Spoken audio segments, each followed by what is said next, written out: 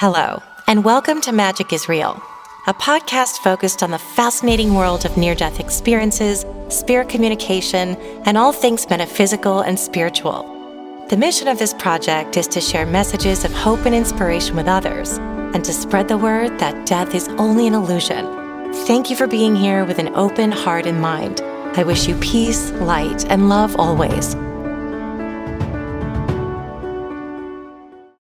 Hello, Magic is Real family. Thank you so much for being here today. My guest today is Beth Lynch. She is the author of Life, Death, and In Between. She is a psychic, an intuitive coach, might not be the word. You'll have to correct me if that's wrong. She is an author. She's, what did I say, a medium, a spiritual teacher, and a near-death experiencer. Welcome, Beth. Thank you so much for being here with me today. I'm so happy to have you with me. Oh, thank you for having me. It's a pleasure. It is a pleasure. So to start off, anyone who knows me knows that I get very excited when I have other mediums on the show. The energy is crackling. I get spirit tingles. We just kind of have, there's such a great energy. And I do want to talk a lot about that too. But to start off with, I would love to know about you and how you grew up, anything you're comfortable and willing to share about perhaps anything that would inform. I guess the question is, what were your spiritual beliefs before you had a near-death experience? Mhm, Or did you have any spiritual beliefs at all? Basically, mhm. just what was your background? Yeah, definitely Catholic. Would walk to church every Sunday because I had to. Yeah. My parents weren't strict, but they definitely, that was our base. And, I always had experiences with seeing Jesus as a little girl. But I also had experiences of seeing scary faces, getting overwhelming feelings, being next to someone if they were angry or sad.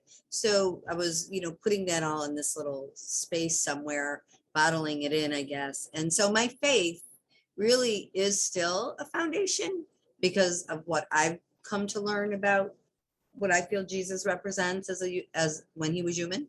And yeah, so that really was it. So the foundation is definitely still there, but I always felt Buddhist.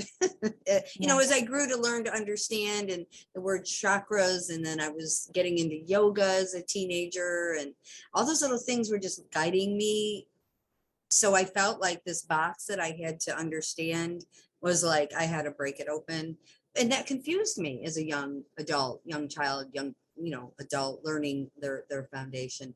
But it definitely, as I went through life and had my own experiences, learned that it's really all the one. And, and all that we all know of that or believe in as spiritualists. Yeah. I'm really excited to talk about that as well. Um, when you say that you saw Jesus as a child, how did that manifest for you? It would be in that inner mind. As mediums, we have these inner, I think everybody does. People imagine their vacation and, being on their mountain or their beach, and they can't wait, and they're waiting 6 months for it, and they're visualizing it. Everybody really visualize, and you feel that emotion. That's how I tell people to understand and trust their own intuition. We all have an inner window in there. What are we looking at it? Are we shutting it? Are we peeking?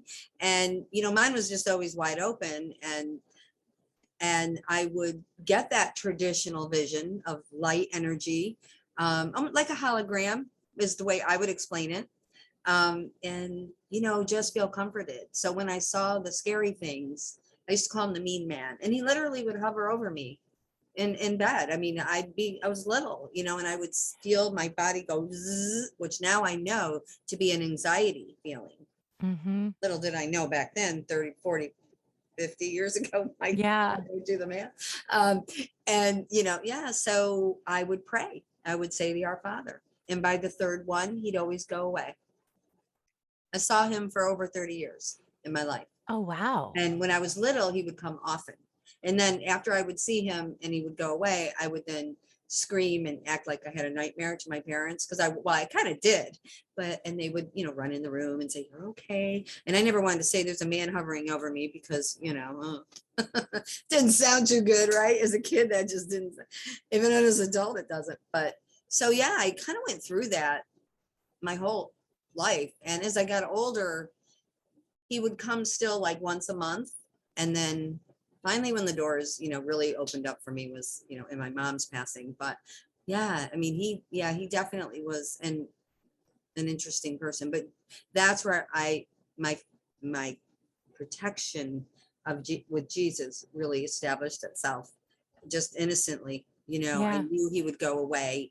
And I come to know that now as my frequency was going up, and he couldn't resonate in that. When you pray, your frequency goes up. I was going to ask you if you ever figured out who that entity or spirit was Yeah. or why he was there. He looked very similar to someone who's done some very evil things. I don't know if you'd want me to say the name. Okay. um, but he just looked like what we would technically look like the devil, almost like the Yeah. beard. He was very human looking though to me, and he would just be like this. And I'd see him and I'd say, they're our Father. And the third one, he'd go away. Wow. That's And so he couldn't interesting. hold, I know that now, that he could not hold in that frequency. So, the final time he came to me, I was in my 30s. My mother had passed. It had been a couple years, and I had come to understand energy and spirits and different vibrational levels, even in the realms, and I really understood it. And he came one night and I felt it in my toes, shot through my body, and I said, okay, I got your number now, dude. I said it. Hmm. I said, you cannot talk to me, come near me unless you're in the light. You don't know what the light is, then you need to go ask about it and find the light, because you're stuck. I have never seen him again. It's been over 30 years. And I Oh, saw him wow. for over 30 years. Yes. That's amazing. Yes. So I've learned through that experience. And to me, someday, I think when I do get over there, he'll probably walk on the path and maybe say, you told me where to go. Maybe he didn't know. And, Yeah. spirits don't feel time, Hmm. they don't feel that it's 30 years I'm going to hang out with this girl, Right. They, and yeah. Blink of an eye. yeah. And I've also come to learn with other experiences with that, with other young children that parents have brought to me, seeing faces and feeling people standing in their door that isn't making them comfortable, like it's not grandpa or grandma or something, Yeah. is that sometimes, and I had an entity or a spirit tell me this once, I didn't mean for him to see me. It was a little 8-year-old boy whose father brought him to me because he was terrified. And I said, and I go, the spirit is telling me to tell you that he didn't mean for you to see him, but once you did, he just wanted to check in on you. And I said, now this is interesting, because I said to the little boy, I said, he said to tell you tacos. And he went, oh, and it's a little 8-year-old looking at me and his dad, and his dad didn't know why he reacted. And he goes, that's what he said to me. He was standing in the door and he went, tacos. And that was our proof, if you will. Yeah. Like, Hmm. I didn't feel I needed proof, but in an interesting way, it really, because I didn't say, I'm going to go try to reach your entity, your spirit. Yeah. No, I keep calling him entity. And, I didn't say that was what I was going to do, but it started to happen in the session when I was giving him understanding and guidance about energy. And he was a smart 8-year-old. He's even smarter 16-year-old now. I think he just graduated high school. And yeah, but his father goes, you never told me he said that. He goes, well, what do you want me to tell you? The man in the shadow said tacos. That sounds stupid, Dad. It I does. mean, and this is a good thing to share, I think, too, because so many people reach out and say, my child is seeing spirits, or they're afraid to sleep because they feel someone in the closet. These are real things that children feel. I lived through it. I know, So I think Yeah. we help them by giving them this understanding of what's out there. Absolutely. Now, I don't know if I don't think I know. Did your mother pass before your near death experience, or did that happen afterward? Some of which because there's a couple near death experiences. I guess I never realized they were near death Yeah. experiences. Is that the one? Well, you know what? So we don't even have to worry about which Okay. one. I Because think I we'll just kind had, of we can go in a linear I mean, it doesn't even have to be linear necessarily, but okay. since you have had several, maybe Ex- just start with your first one that you remember, or the first one that felt significant to you. And then because I do want to talk about your okay. yeah, your parents passing, because I know it, especially your mother's, was very traumatic, very Mhm. tragic. And that really opened up your mediumship as well. But I know that mixed in there are also some near-death experiences. So however you wish to share the story, be my Yeah. be my guest. The near death one, I felt that I never really looked at as a near death experience until I, kind of was looking at some other ones from other people and went, well, I was near death. I Yeah. I didn't actually physically die, but I was pretty darn close. And that was, now my mother had already passed, and I really had an understanding of, I was definitely a medium at that point. But I'd gotten sick, fever, thought I had a flu, and this was probably 15 years ago, maybe. And so 3 days later, I'm getting more fever and really achy bones, couldn't even get out of bed. So this was a flu, obviously way pre-COVID, 15 years ago. And so I called the doctor. They had me come in. They had a UTI. I go, I haven't had one of those in like 40 years. I don't know where Hmm. that's coming from, but whatever. So they gave me antibiotic. 24 hours later, my fever was higher. So I went to the ER, and the doctor admitted me. And because now we're on the fourth day, and I'm not looking good. And I was admitted to the hospital. They started running all these tests, and I was just progressively getting worse. And every test they were doing, these tests are like, can't find anything, can't find anything. And then the doctor walked in and she said, well, we're going to have to send you home. And I looked at her and I go, if you send me home, I'll die. And Hmm. she goes, what? And I go, if you send me home, I will die. I'm dying. There's poison in my body and I'm dying. And I mean, literally couldn't even move my head off the pillow. And I was looking at her saying these words, and she didn't know what to say to me. And she goes, well, I have no evidence to keep you. Like, I'm on fire. I'm like, yeah. So she left the room. And I remember I was trying, I can meditate pretty much very easily, because I've been practicing it for so long. It's still practice, but I couldn't wrap my thoughts around, okay, do some breathing, because everything hurt. And I remember laying in the bed in the house that after she left and just going, like, what do I do? And all of a sudden, I started to see what I would call hell. Only I didn't know it was hell, but I knew it was a feeling. And I could see gray ash and screaming and faces and just this horrific. And because I was a medium already, or understood it, I was laying there and I said, Jesus, please, I can't help them now. Why are they coming to me? I can't even move. And he came in front of me, and I swear it was like he just said, they're not coming to you. You're reaching their frequency. Pray now. And I mean, I could cry thinking about it. And I remember just saying the Our Father, and that's my prayer, in slow motion in my mind, like, and all of a sudden, it just started to lift enough where I didn't see that anymore. And a doctor walked in, and apparently I had called the office of my other primary, because she was not my primary. I didn't remember doing it, but I did. They said, unless somebody else made the call for me. And he said, oh my God. And he looked at me and he goes, what's going on? And I go, I feel like I'm dying. And he ordered a certain test. I think it was a CT. My appendix had burst 8 days ago. I just never Wow. had appendicitis symptoms. I Yeah. didn't have throwing up or pain, nothing. And when they did the CT, they saw the poison in my abdomen. So they took me in and did whatever they do to get that out. Yeah. And he told me when he came in back in the room after surgery, he goes, oh, you are so right. You would have died. You were going sepsis already. And Wow. he goes, I honestly, and I think he was surprised that I didn't, like, it didn't get past where it could have went, because it was so bad. And so I call that my near death, because I was so near death.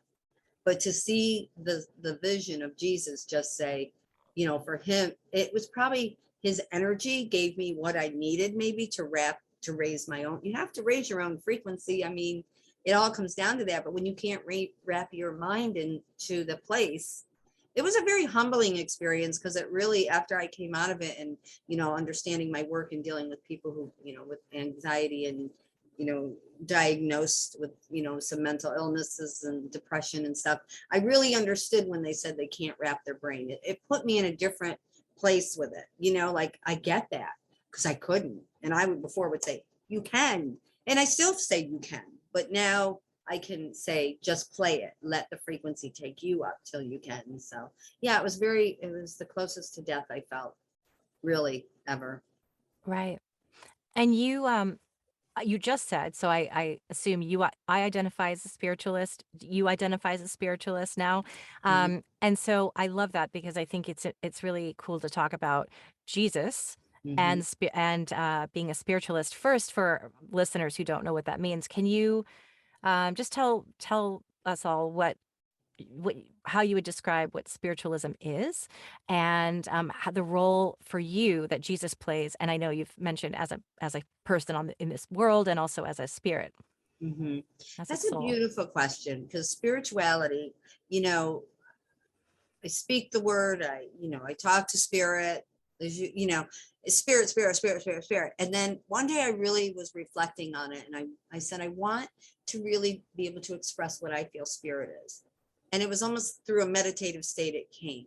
What is our spirit that makes us understand who we are as a spiritual being? Well, the spirit, when we're talking, thank you, Nikola Tesla, for energy, vibration, and frequency, which is not meant to be a secret, his Mm-hmm. famous quote. I always say, it's not meant to be a secret, people.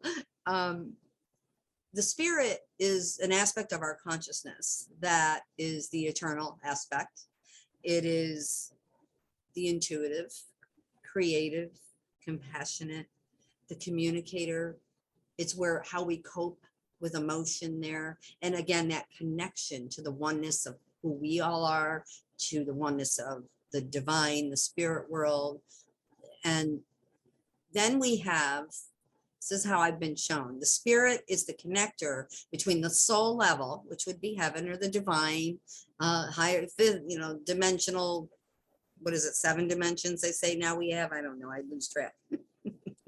And the earth and the physical expression. And then you have the self, which holds personality, ego, how you express down here. So when we have that connector is our spirit. So we have to understand who we are. So all those qualities can run through the personality. Because if they're not running through the personality, think about if we're not trusting our intuition. That's why most people are searching out. They don't trust their own inner knowing. If they're not compassionate, think about the condition of the world right now. Why is compassion lacking? That's an area we briefly talked about earlier.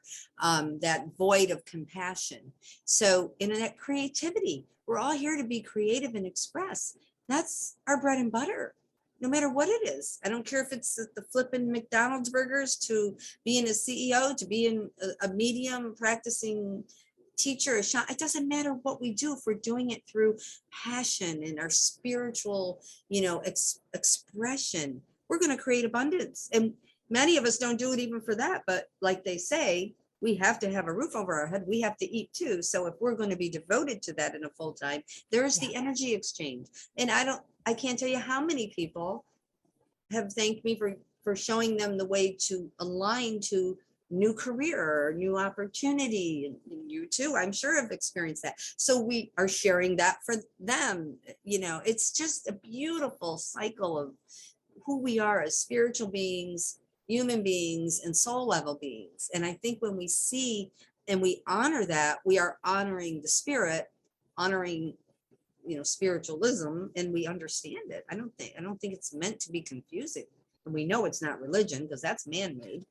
Right. And that's the thing is that, and I think my personal belief is that all religions have validity, and that they're all based on the same. We all, not all of us, but all of us who subscribe to religion or spirituality know that there's something greater than ourselves. Well, not unless you're, I think, there are some cultures and some religions that just celebrate nature or Mhm. honor Yeah. nature and whatever it is. But we know there's something bigger than just this human that Yes. we're experiencing. And it doesn't have to even be God. But I think the core of all religions is there's something else that where we all come from. Hmm. And of course, in Christianity and in Catholicism, we have Jesus as the figure Hmm. that we and God as the I want to say entity because I don't hear it talked about as a spirit, even though Yes. I believe that's what God is greater spirit, greater Yeah. source. A great spirit. Not a, yeah, great spirit, just whatever Hmm. you want to call God, Hmm. however you look at it. But there's often a conflict between Christianity and spiritualism. Hmm. So I'd love to hear your take on Jesus and the role that he plays in any way and what he means to you. Uh, first in learning in the Catholic school and the way you have to learn, he was the son of this Godhead, God figure. And, how do we picture God? The big bearded man with the mallet. I mean, that's where I went with it. I don't know if that's Yeah. what all, some big superior being, and then Jesus was his son, and he came down here and he had to go through this torturous experience to free us. That just confused me. Yeah. I just didn't get it. I didn't like it. It scared me. It really did as a kid. And then, as I had my experiences in my own prayer time with him or scary times when I would feel his, like I said, it's like a hologram, very robed in sandals and, I mean, kind of very traditional looking for me. And the peace that I would get and these experiences, I didn't speak of these for eons of time. I mean, years, because I didn't think anyone would understand it, first of all. But then as I understood spirituality more, I was like, well, he was a man who came to teach this. He walked around, he talked about it, he liked wine, he liked women, Yeah. he's a carpenter, he knew how to be, strong and build. I mean, he was like a man. And then I started to kind of find my own comfort in that, and I had an experience, and I've had a lot of them that I just don't blow out there all about them, unless it feels time to bring it out. So I'd love to share it because it was Easter Sunday, and it was probably a good, oh my God, well, it had to be, I don't know, it was a long time ago. It had to be 15 years ago. Again, all that whole stuff happened to me very close together, the appendix, but the appendix was after that. And but I was walking down the road, beautiful nature day. It was Easter Sunday in upstate New York. In Easter Sunday, you could get snow, but it was like 75 out. The sky was blue. And I was walking my little dog. And I said, well, it's Easter Sunday. Instead of putting on my rock for my walk, I'm going to listen to meditation music. Mhm. And I put it on and I was floating down the road, and just loving the day and the beautiful Easter Sunday morning, and this thinking this is my church, everybody's in church. Look, all right now I was in church. That's what I felt. It was so beautiful out. And all of a sudden there was this one tree that was so big, and and I had seen this tree a million times. I walked down that road, and the leaves against the sky, and I literally just went, I'm not here. Like, I felt someone was going to call my husband and say, your dog is walking down the road with its leash, because I was beyond the physical. And I just said, thank you, God. Thank you, universe, for me able to feel this way. Now I'm still walking down a road that's not super busy, but there's cars. And I'm walking, just gazing at my tree. And I all of a sudden could see 2 feet next to me with sandals. And I'm like, Jesus. Yeah. I That saw you? it. I was looking at it, and Yeah. I'm walking, and he goes, thank you, my friend. Now here's me. I'm not crazy. I'm hearing this man talk to me right now. I'm teleported. And he goes, thank you for not. I said, well, this is me. I said, well, I think there's a lot of people right now looking for you. Yeah. Thank you for showing me you're around, Yeah. Easter Sunday, And he said, thank you for not praying for my suffering. I have not suffered in over 2,000 years. I did not put myself on that pedestal. Thank you, my friend. And he was gone. I've Now, heard him, he said that to other people, stuff like that. I've heard see? tears That's coming even down my better. eyes. I felt definitely back whole. I mean, the leash was in my hand. I Yeah. definitely felt grounded all of a sudden. And then I saw a young girl in my community who had passed away probably a couple years prior. I get home, and a friend of mine who's very traditionally Catholic goes to Easter Sunday Mass, probably goes to Sunday Mass. We're very close friends, but that's her thing. She loves to go to church. She'll do the rosary in church. And she called, I mean, literally, it was 15 minutes. I get in the house and she calls me and she's very upset and shook up. And I said, "What happened?" She goes, "Oh my God, just give me, I know it's Easter, but I go, "No, what's wrong?" She said, "I was just in church." Now, when I saw the girl, I saw her at the local church across on the aisle, on the Pew? altar. I Oh, on saw the her. altar. That's Yeah. how I saw her in my inner vision. Like, and I went, "Ooh, well, hi, sweetie," because I had channeled for her parent, her mom, Oh, years, when she had yeah. originally crossed. And I thought, well, hi there. And it was flash was gone. So my friend goes, I was doing the rosary in church, and I looked up on the altar and I saw so and so. She knew her, a very small town in upstate New York. Yeah. And I went, now she has no idea what I just went through, and that I got a flash of the girl, you know. Yeah. I go, "Oh my God, well, welcome to my world." So I said, "Well, relax, calm down. I'm going to tell you what just happened to me." She goes, "But why me? Why would I see?" I go, "Because we all can." And you were in church, you were doing the rosary, and I know you're very dedicated. Your frequency was high, and you saw her. And she goes, "And you know what?" And I go, "What?" She goes, "When everyone was leaving the church, her family was in the front row completely." Wow. And I went there, I went, There wow. you go.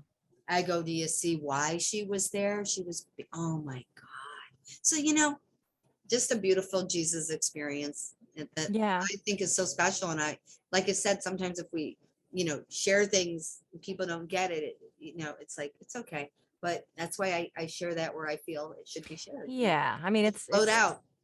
yeah, if it's the kind of thing where if you say to anyone, I saw Jesus, they're going to go, mm-hmm. Uh-huh. Yeah, right. I'm sure you did. Or, We or knew she was that's, the devil. yeah, or that's good. I'm glad you have that. Good for Oh, you. such a shame. But that's wonderful. Now, I know that I also, I just moved to Virginia after 25 years in LA, but I know that you were a hairstylist in LA for some time. And I think you just mentioned too that that was around the time when your mother passed. Is that right? No, I was in LA. My mother passed after I had moved back east. Okay. I had moved back to Florida. I was only in LA a year, and the LA experience, the California experience is when I had the out of body Okay. induced experience. My mother had passed probably about 10 years after that. Okay. Yeah, and that's because I really, when I went through that experience, really had no understanding of what was happening until I Yeah. started my mother passed. I dove into trying to understand her death more than anything, and it brought me to understand life in the in between. Yeah. Yeah. Yeah. Um, And you lost your father before her? my dad passed 3 years before my mom, Okay. and the whole week my dad passed, that week before, he had a heart condition, but he wasn't ill at the time. I felt death around me, and I actually said to a girlfriend on a Saturday night at her birthday, I said, "I think I'm going to go talk to a priest on Monday because I feel death all around. Maybe I'm being told I'm going to die." And she goes, "What?" And I go, "Sorry to rain on the parade, but yeah, I do. I don't know what, I got to go talk to a priest. I don't even know who else to tell this to." And that Monday morning, my employer pulled me aside and said, "We got a call. Sit down. Your dad passed away." And then we Oh, had oh to go God, to what my a hard. mom, who was 5 hours away. But yeah, so it was, and then my mom passed 3 years later on the Amtrak train. Right. So can you talk a little bit about that and how this really, because I know a lot of mediums, you've always had, I mean, we all have abilities, but you've Mhm, always been particularly strong in those abilities. mhm, Into I think just naturally some people are. mhm. And but it's often the death of someone really close to you that as you go through the grieving period opens up those Yeah. abilities. And I don't know if it's I'd love to hear you speak on it. I don't know if it's because you're so desperately wanting to connect with them, or if it's just because it impacts you on such a deep level and Mhm. they're trying to connect with you. But tell me what happened and how it opened up your abilities to the point where it really exploded. Mhm. And that is the word, I swear. Well, you know, and like you said, the sensitivity was always there, the overwhelming feelings, the weird, you know, mean man. I mean, everything had always been there. I found my place for it. But when the night my mom passed, I woke from a dream. It was, and I looked at the alarm clock, the digits were there, 3:15 a.m.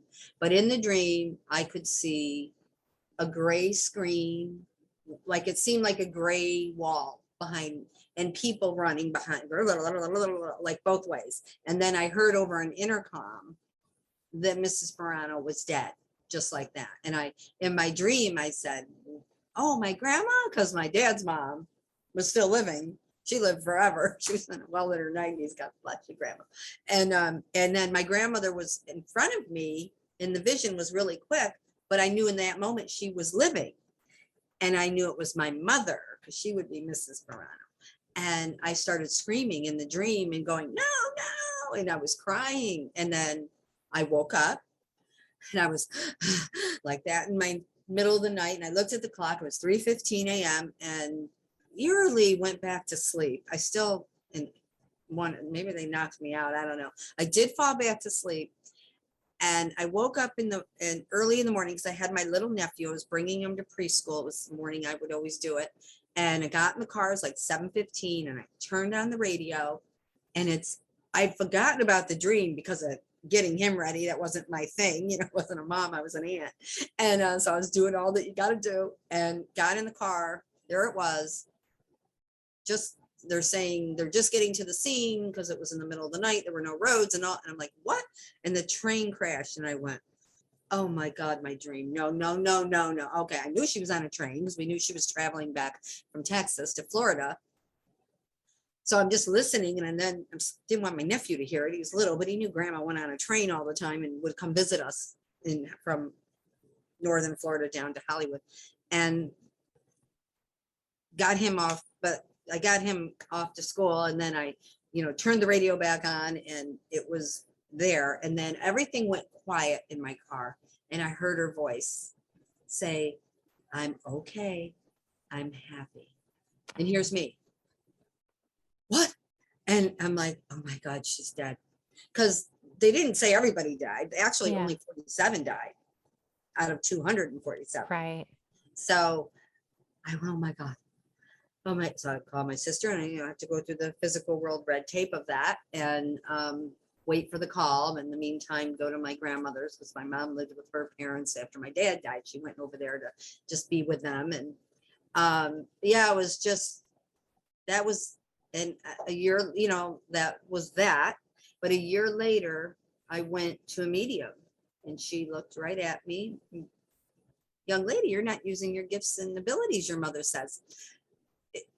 You're going to help people just like I do someday. She's going to guide you to your books and teachers, but you must choose the path." And here's me. Hmm. I just want to know my mom and dad are okay. Don't lay Yeah. that crap on me right now. What's that? Yeah. What's that? I'm a Did it hairdresser. make I'm any busy. sense to you though? Did it resonate because you had had these experiences? In the moment, the only thing that resonated, well, I know things, but that was too much for me. Yeah. And I actually bought a book on channeling when I left here.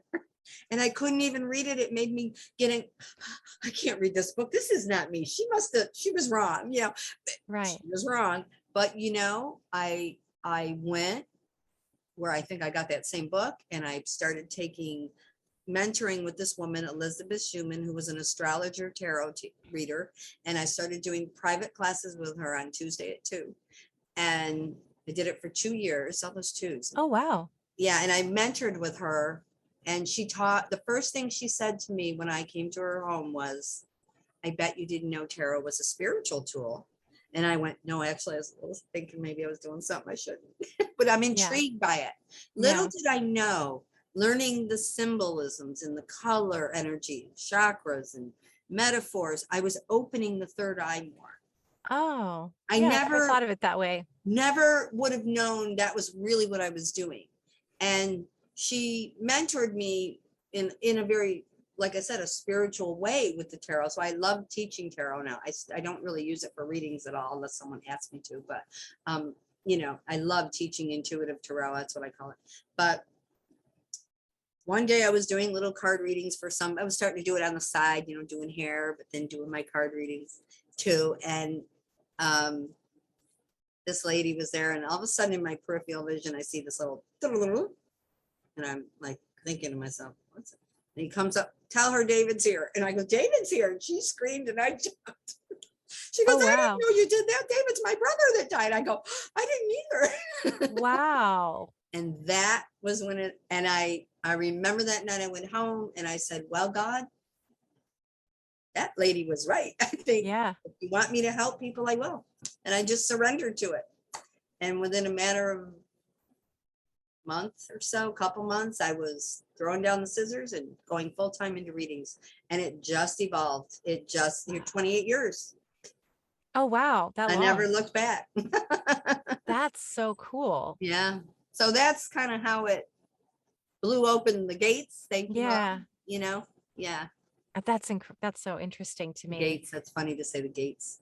Yeah. Yeah. Mhm. It's a lion. We just had the Lions Gate. Is that what we call Oh it? yeah, the Lions Gate and all that intention stuff going on. Yeah. Yeah. The Lions Intention. Gate is August 8th. I don't know a ton about it, except that it's a good time to manifest, I think, and watch your, Yes, exactly. I'm the same way. I'm like, there's, yeah. yeah, I have to read those things about them and it's interesting. So and it's funny, I just started doing some manifesting with some things and that I'm setting goals on and I'm like, oh, I didn't even know this was gonna be a great time to start it. Yep. I mean, it's I love always a how good your time. intuition guides you if you let it, right? It's so true. And have there been other times where you had, they don't have to be near death experiences, but out of OBEs or other spiritual experiences? Mhm. Because it seems to me that people who have them or who have had them, whether through temporary physical death of the body, or sometimes they're in grief and Mhm. they're shown the other side. I think that some people, once that's opened, it's easier for their soul to be in two places at once automatically. It's not something, because so many of the people I interview have had numerous near-death experiences. I've Mhm. never had one.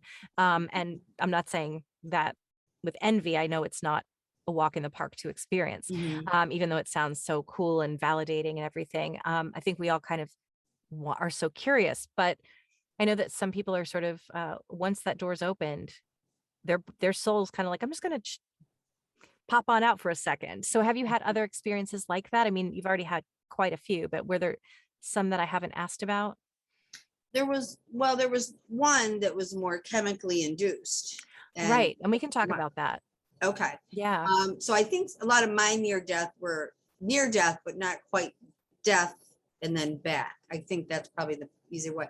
But there was a time when I was living in California where I was 29. I was trying to make big life, you know, do I move back east? You know, it was seeing someone I probably shouldn't have been seeing, wasn't the most healthy relationship. I knew I wasn't going to be in it. You know, it's just making big life decisions in my 20s. And I couldn't breathe one morning. I was hyperventilating. So my friend took me to the ER and they put a pill on my tongue and they said, and then I calmed down, I guess, and they did, you know, ran some blood work to make sure it wasn't anything else. And I, you know, they go, well, here's a prescription. You're going to take one in the morning, one at night. These are 5 days worth. Go to your doctor. He'll give you more. And I'm like, well, what's happening? And they go, well, you had an anxiety attack. And I'm like, well, what's that?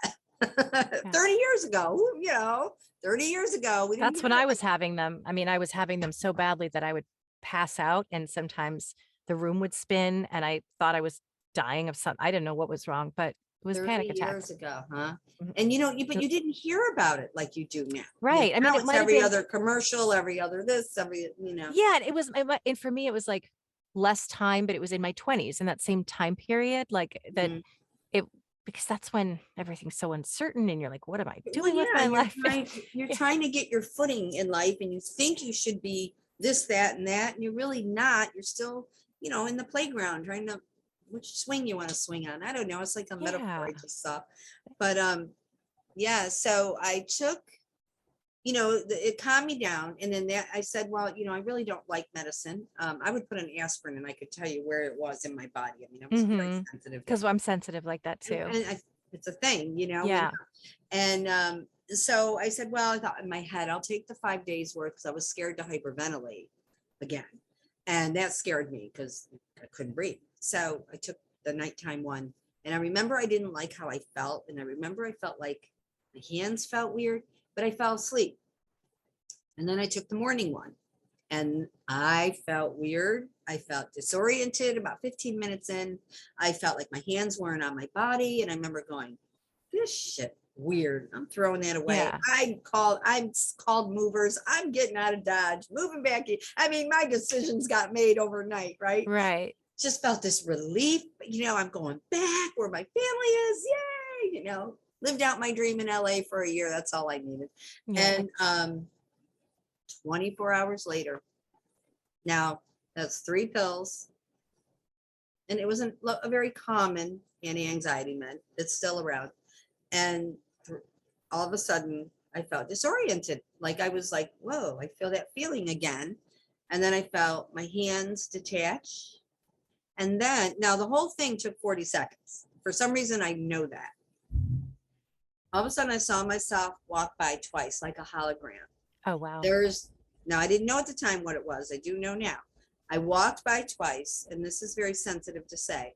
And as soon as I saw it the second time, I heard, get your gun and blow your head off. And I went, like, I look around like, what? And then it yelled at me.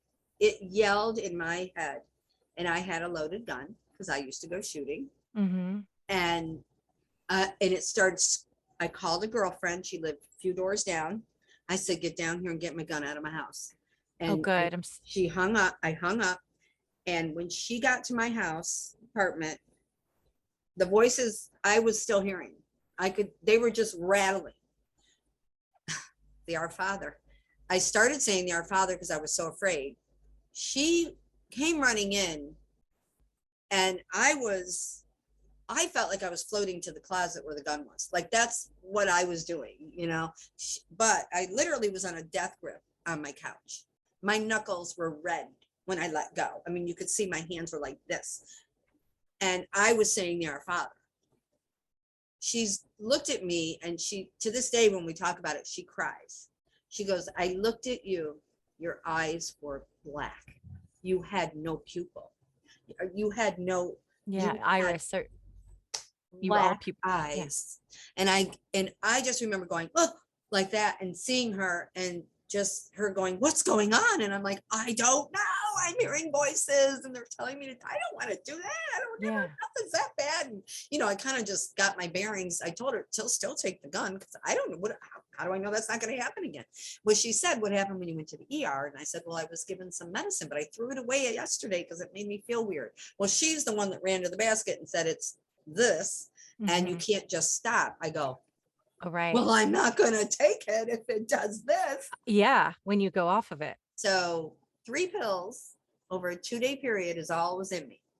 Now you fast forward through my father's death, no, my mother's death, the whole awakening, if you will, practicing meditation, all full in, practicing medium for a good probably 10 years at that time.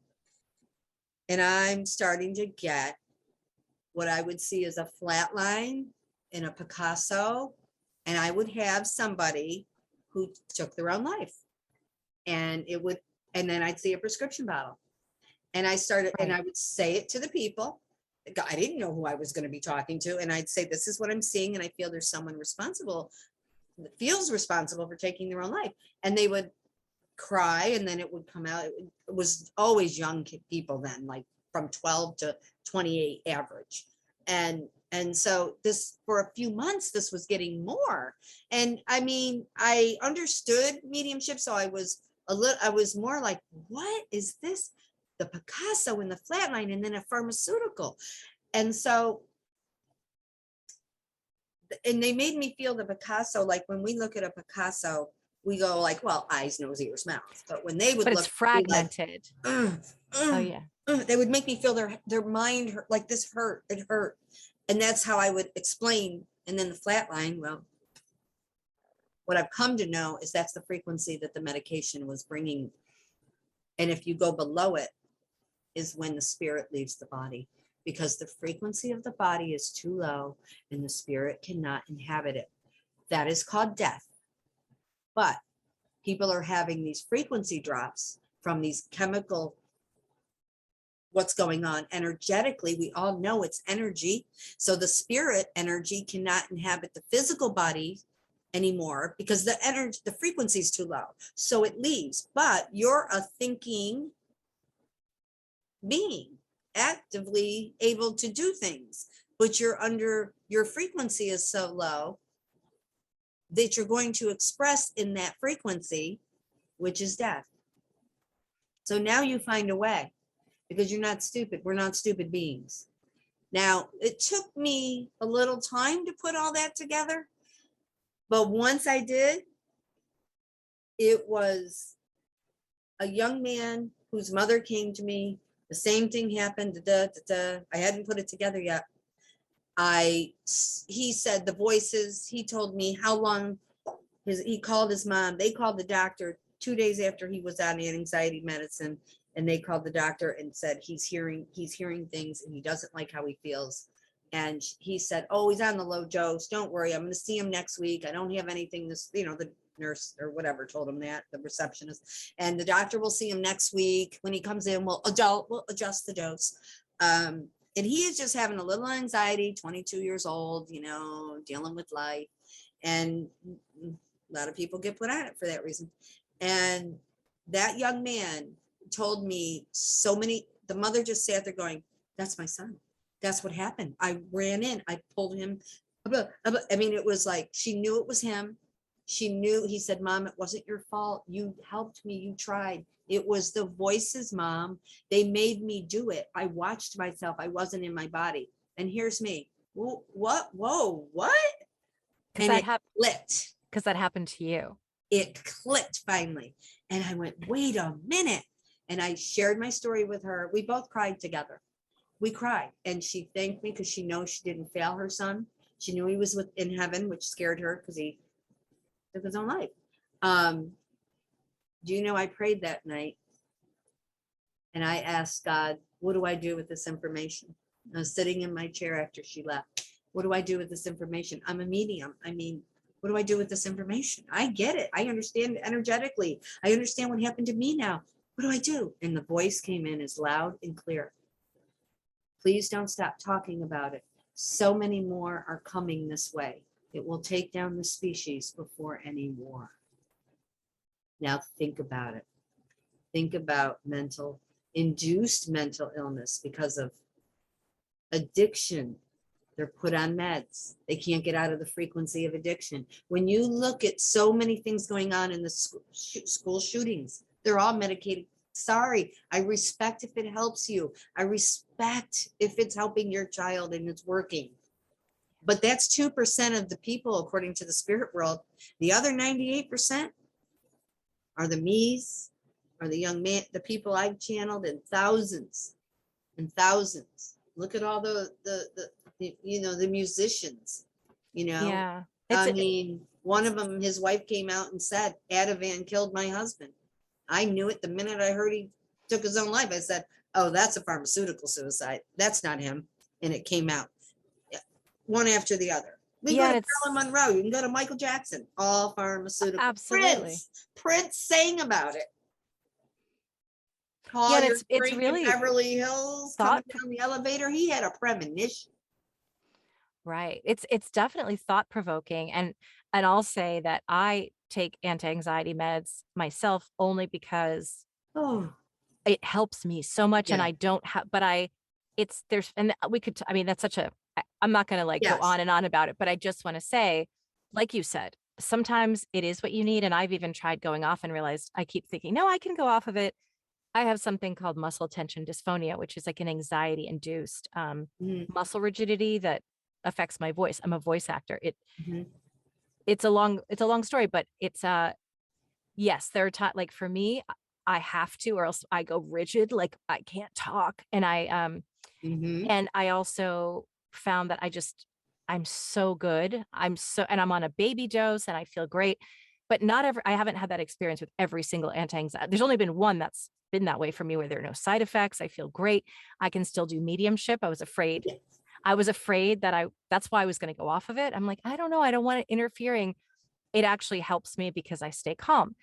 But there's so many, I mean, like you just said, all those Right. things you listed. And And you're in that 2%, and that's a blessing. yes, and I That's also a don't have blessing. any other, and I'm not saying everyone does, but there's also the fact that so much, I just want to say this as like a PSA.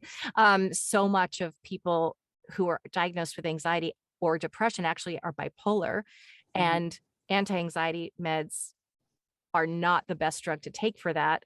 It actually tends to make symptoms worse. I've seen it over and over and over again. I Mhm. just lost one of my best friends for that reason. Not, he was unmedicated. However, he was taking, like not prescribed Right, anti-anxiety right. medication. He wasn't on something regularly, but and ended up in psychosis and ended up having Uh-huh. an accident, running into the woods and having an accident in the middle of the night. Just like, we still don't exactly know all the details, but, Mhm. and this was someone who a few days before had told me, I am in such a good place. I have not been in such a good place in my life. Like, I feel Wow. fantastic. And it's not to blame. Like, I think that it's important to address those issues. And I also know that for me, it works great. I don't have any mental illnesses Mhm. diagnosed or, otherwise, Mhm. other than anxiety. But the danger, I think, is too that people will prescribe. I know so many bipolar friends who are misdiagnosed and they were on Prozac and it made them Worse. suicidal. And ultimately they're like, once I went on lithium, one of my best friends, she's like at 50, finally figured out she was bipolar. And lithium was like, now I can get back to my life. And Mhm. so I think you have to be so careful with it. But I do, again, I know, as you said, I respect anyone for me, as much Mhm. as I keep telling myself I'm fine without it because I'm so happy, every Mhm. time I try to go off it, it's like, okay, Mhm. everything's spiraling. So, but I think it's interesting, and thank you for sharing that because I think Yeah, and it it is. is a very sensitive subject, and Yeah, I I, know. like I said, I respect if it's working and helping.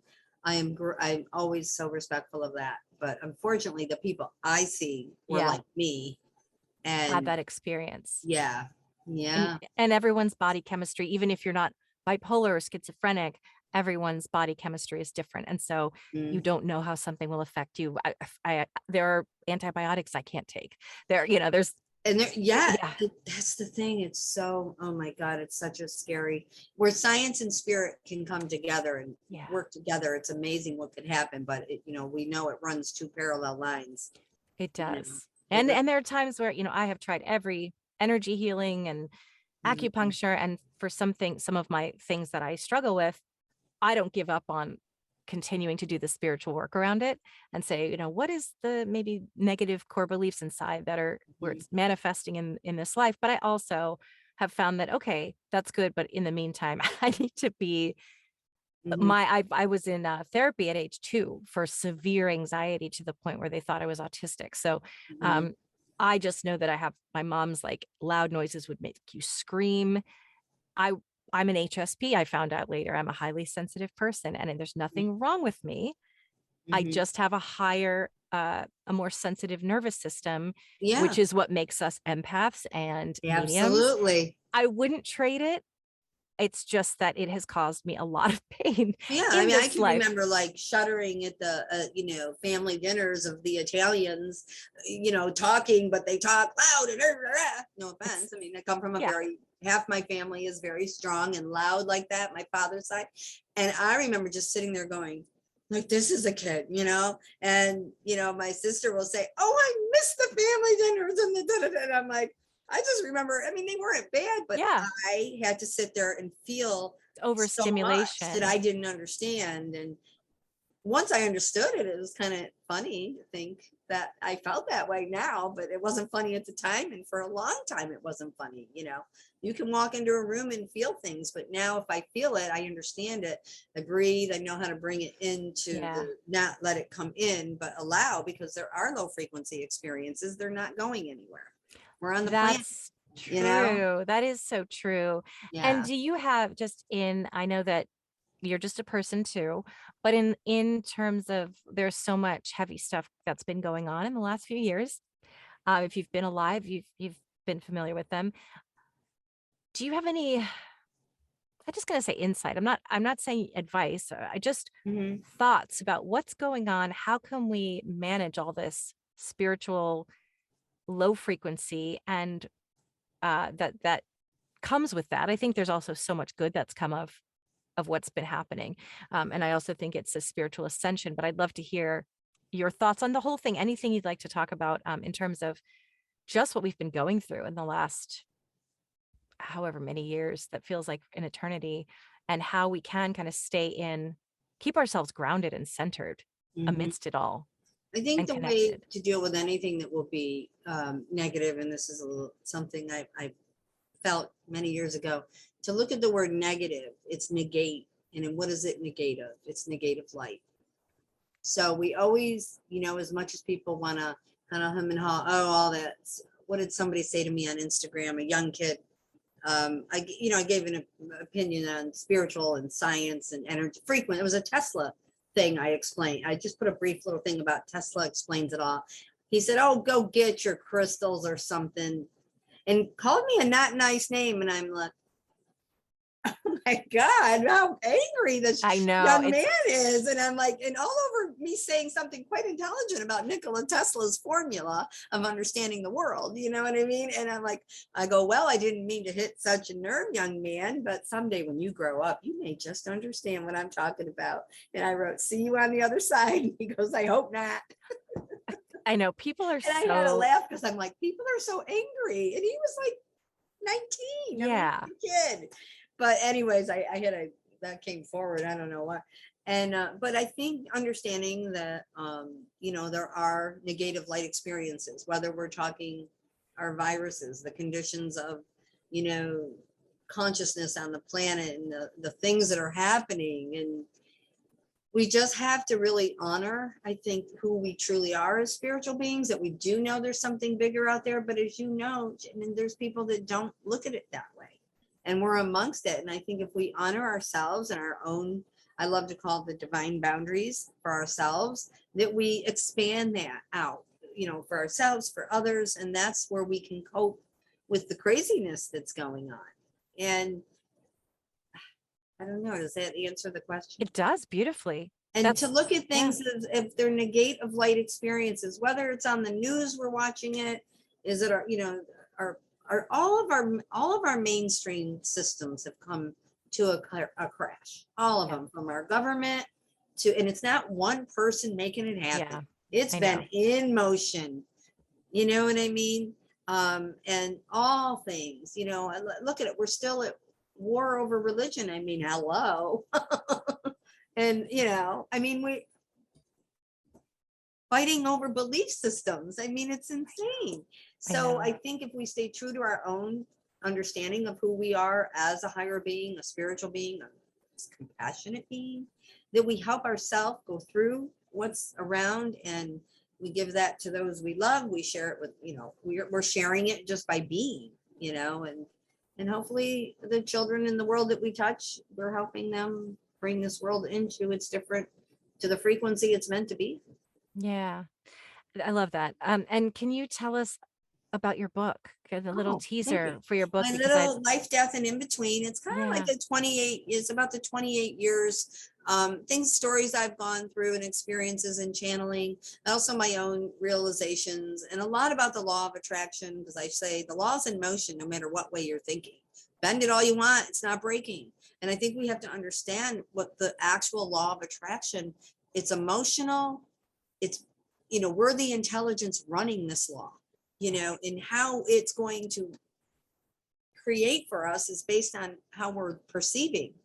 And it's really a lot about that, just kind of learning and understanding and how it applies into different experiences and some of the channelings I've done and what I've learned from the spirit world. I think they're so smart up there. They're trying to That show us. Yeah. And when you channel, how do you just channel like downloads, and do you write it down? Do you No, I actually, do a little yeah. blessing, and it's a heart chakra kind of go to the light, and I prepare the space really briefly. And then I just start to get the visions, and the feelings, and, you know, and I just start putting them out. And I'm the first to say, like, I don't know half the stuff means, but, Yeah. but once they feel it's their loved ones, it just takes on a life of its own, and their frequency goes up.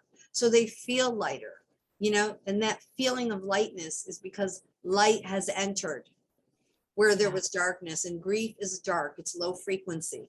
Grief is, we're wired for the lowest of low, and we're wired for the highest of high, and we have to be in the spiritual essence of who we are. We're able to feel all of that, have the strength to go through the harder stuff, but have to feel the tree against the sky and have that experience is, probably the main reason to share it, and it connected me to what is divine for me, my mentor. Hmm. Thank you, Jesus. Yeah. Yeah. Your And boy he's many Jesus. people's mentor. Yeah, he is. And then And there's what some can people that don't like him. I mean, I know? And then people, yeah, because I think his memory has been sometimes a little bit tainted, and people misinterpret what that sure. means. And I know I was not anti-Jesus, but just like the name was like, oh, here we go, Yeah, religion. And now I fully embrace him yeah. as, And it's the frequent, it's like hearing it in your frequency, because sometimes when we don't understand it, or we have misconceptions about it, it drops our, we feel the yeah, that's electrical, like with people around you that are low frequency. I tell people, when you're amongst low frequency, or you got somebody at work, or sometimes for people it's their own spouse or their child's going through things, and you can't, you can't be in the same room with someone. I go, look at their frequencies lower than yours. It's send light, send a prayer, send light, because you're feeling the difference. Pat yourself on the back. You're a little higher frequency if you have to. But remember, they're more negate of light, and they need more. You don't have to let them drain you. You consciously send it, and then you can't be drained. You won't be. yeah. And I like that too. That's beautiful. What services do you offer in terms of what you teach? Oh, okay. So I teach what I call the inner light awareness class and practitioner. You can be certified in it as an inner light healer. And it's really a series of healings, meditations, and then not learning hands-on. Everybody can lay hands, but a little method that I do for my system. And then I teach meditation all the time. I love doing private meditations, group meditations, Mhm. and of course the channeling, is very big. And I have like a mindfulness program that I call "What is your mind full of?" And I do private groups. I do most things Zoom, where I live. I do go out and do some things in person, but most of my work is Zoom at this point. So Yeah, it mine allowed, too. yeah, it allowed me to move where I wanted to move back to Florida. So Exactly. Is that where you are now? yeah, where are Okay. you? In Virginia now. Oh, okay, that's right. Yeah. And yes, same here. I mean, all of the stuff I can do from anywhere. So Yeah. that's after The 25 years. blessing. Yeah, in LA, I was like, LA's a little much, and it's very expensive, and it's awesome for a Hmm. time. It's awesome when I was in my 30s, and Hmm. then and my 20s and 30s. And then it was like, all right, just I need the woods. Just Yeah. Oh, take me God to the bless. river. Take me to the river. I Take just me want to to hear. the room. I Yeah, I like the just wanted song. to hear I know. I just wanted to hear the crickets and the frogs at night, and just fireflies and That's quiet. awesome. And I do miss the excitement of the city, but I do appreciate that I can pretty much work for anywhere as long as I have this booth. So Oh, yeah, that's is awesome. just in closing, what is the most important thing that you want people to know? I want them to know the power of their spirit. I really do. And it's right here in their own heart. It would wipe out so much loneliness. It would wipe out disease. It really can. I've seen miracles. To understand the power of their spirit, and it lies within their heart. Beautiful. Thank you so much for being here.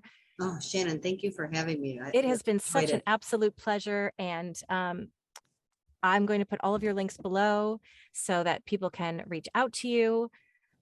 Thank you. Thank you so much for joining me, Beth. It has been such a pleasure. Thank you very much. You take care. You too. Bye.